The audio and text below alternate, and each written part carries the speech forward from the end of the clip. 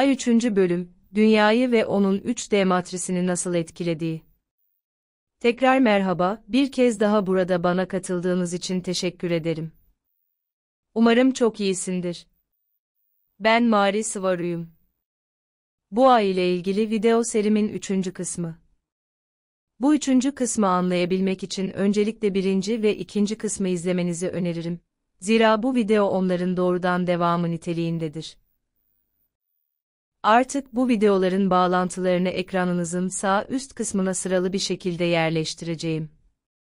Bugün sizinle paylaştığım bu bilgi doğrudan Birleşik Gezegenler Federasyonu'nun veya Galaktik Federasyon'un arşivlerinden geliyor. Aynı şey kabul edilir ve Dünya ve onun 3B matrisi dışındaki herkes için kolaylıkla kullanılabilir.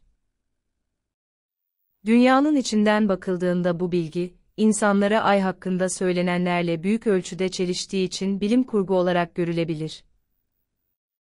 Dünya matrikindeki ortalama bir insanın bakış açısına göre, Ay'ın varlığına ilişkin en makul açıklama, onun özellikle uzak tarafında kraterlerle dolu, tozlu gri bir yüzeye sahip doğal bir uydu olmasıdır. Ve bu en makul açıklamadır çünkü ortalama bir insanın programlandığı bağlam, arka plan ve bilgi, bunun böyle olduğunu belirtir ve diğer tüm olasılıklar sadece kurgudur.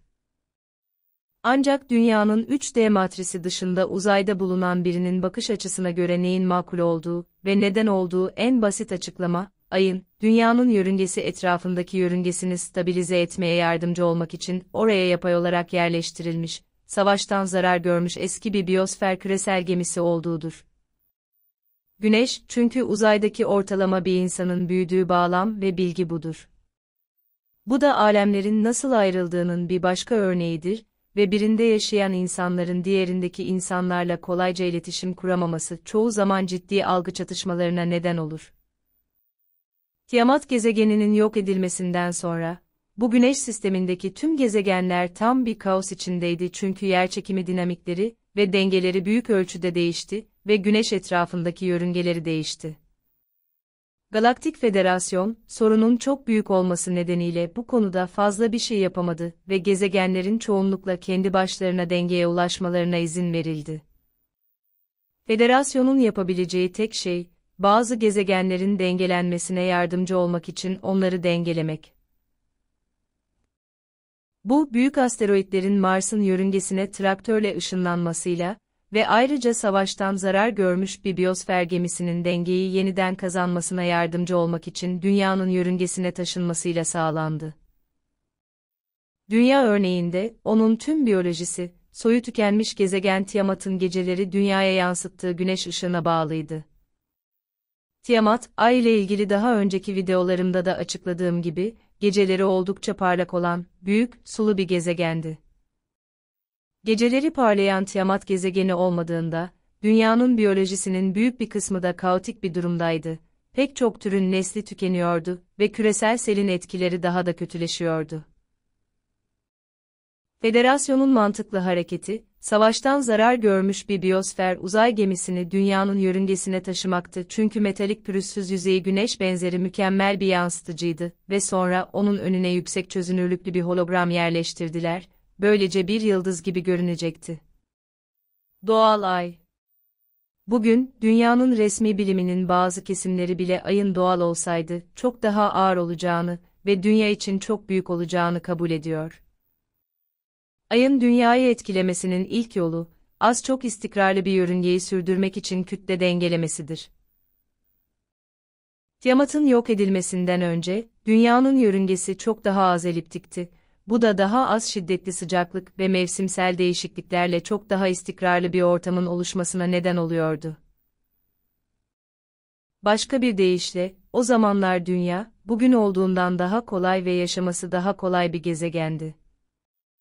O zamanlar Dünya, iklimsel ve biyolojik koşulların onurlu veya insan vücuduna sahip insanlar için yaşamak için ideal bir yer haline getirdiği süper yaşanabilir bir gezegen olarak kabul ediliyordu. Süper yaşanabilir gezegenler, Dünya'nınkinden daha üstün yaşam sürdürme koşullarına sahip olan gezegenlerdir.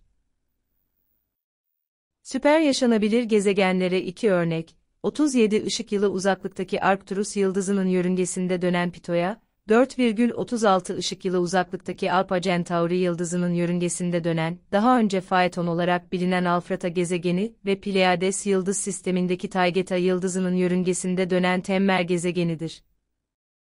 440,3 ışık yılı uzaklıkta. Hepinizin bildiği gibi Ay, Dünya'nın gelgitlerini etkiler ve geceleri biyolojiye yön verir. Yaygın olarak bilindiği için bu ayrıntılara girmeyeceğim. Ama yine de bunlardan bahsetmem gerekiyor, çünkü Galaktik Federasyon'un Ay'ı Dünya'nın yörüngesine yerleştirmek zorunda kalmasının nedenlerinden biri de bu. Ay, yapay olarak Dünya'nın doğal manyetosferinin frekansını değiştiren yüksek enerjili ışınlar gönderiyor ve bu da Van Allen radyasyon kuşaklarını yaratıyor. Bu yüksek enerjili ışınlar, Ay'ın yüzeyindeki bir dizi özel disk şeklindeki anten kullanılarak Dünya'nın manyetosferine odaklanır.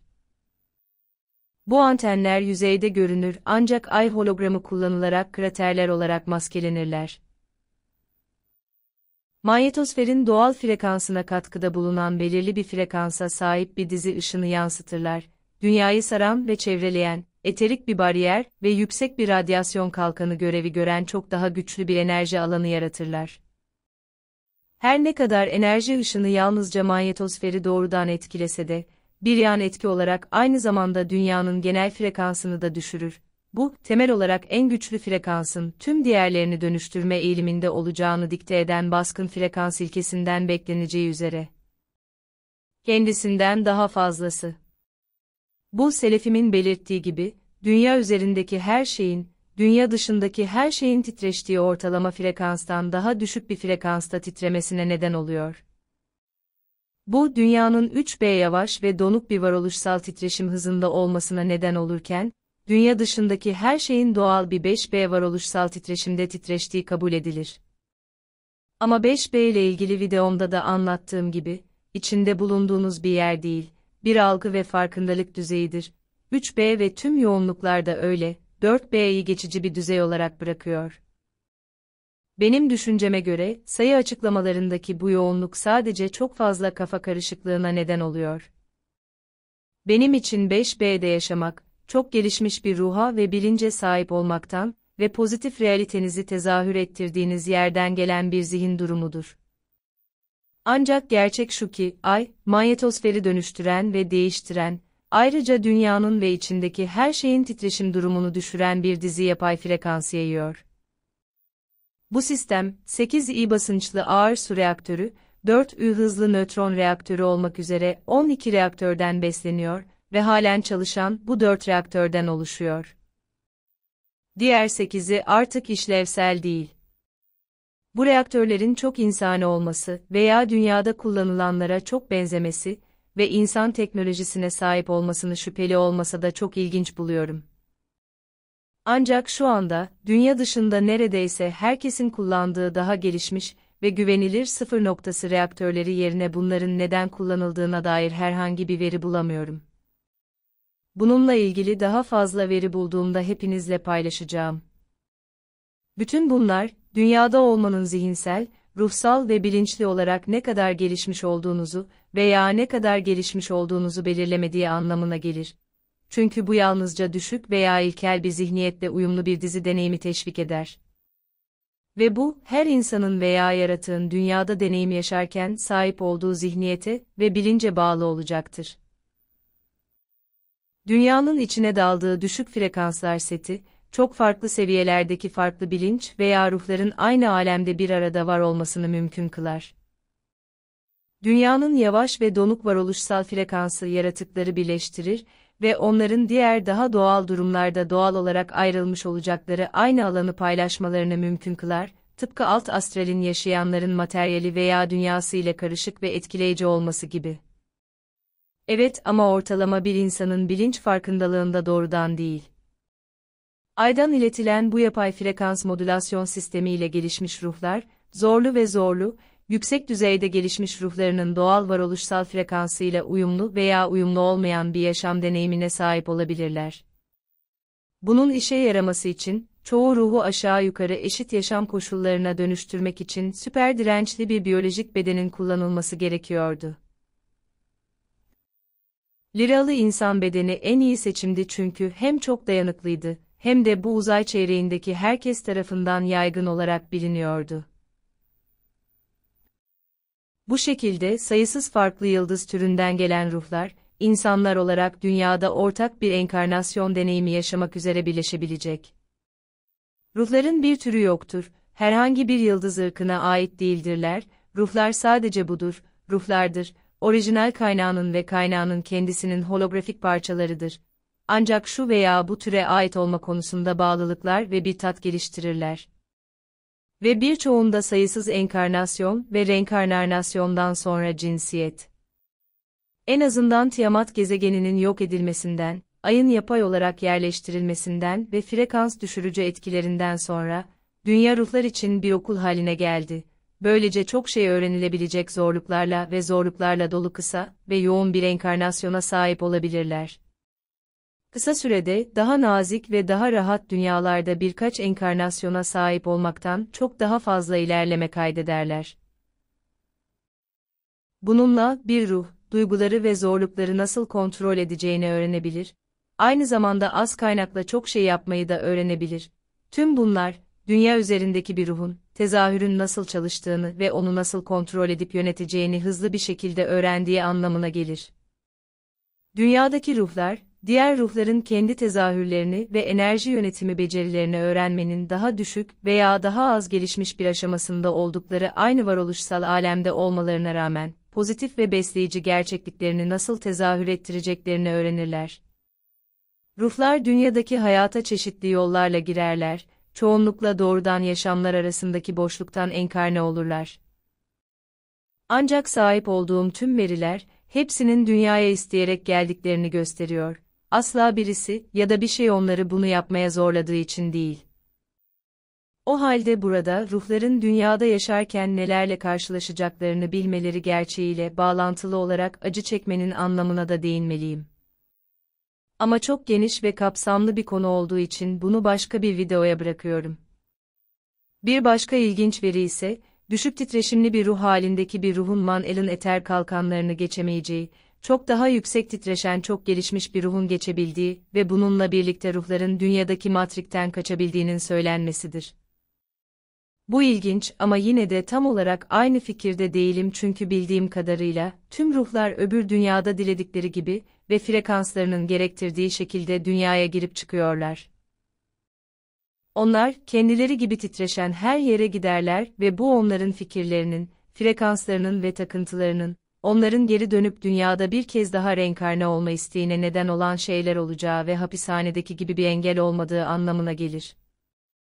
Gördüğünüz gibi dünyanın matrisi, yapay olarak ve tam niyetle düşük frekanslı bir titreşimde tutuluyor. Bunu ya size zalimce empoze ediliyor olarak görebilirsiniz ya da bunu bir meydan okuma ve ruhunuz için bir öğrenme deneyimi olarak görebilirsiniz çünkü orada yaşarken dünya üzerinde kendi cennetinizi, pozitif bir gerçekliği yaratabilirsiniz. Siz kendi gerçekliğinizin yaratıcısısınız ve onu siz kontrol ediyorsunuz ve izlediğiniz ve çevrenizde dünyada olup bittiğini gördüğünüz her şey, yaşam öğrenim deneyiminizi yaratmak için gereken bağlamın ve gerekli çerçevenin bir parçasıdır. Kurban değilsin, hayatının kontrolünü eline al ve Ay hakkında söylenecek daha çok şey var ve yakında bu serinin 4. bölümüyle devam edecek. Videomu izlediğiniz ve daha fazlası için beğenip abone olduğunuz için teşekkür ederim. Çok takdir ediyorum. Teşekkür ederim ve bir dahaki sefere sizi burada görmeyi umuyorum. Çok iyi olun ve kendinize iyi bakın. Kucak dolusu sevgilerle. Arkadaşın. Mari Sıvaru.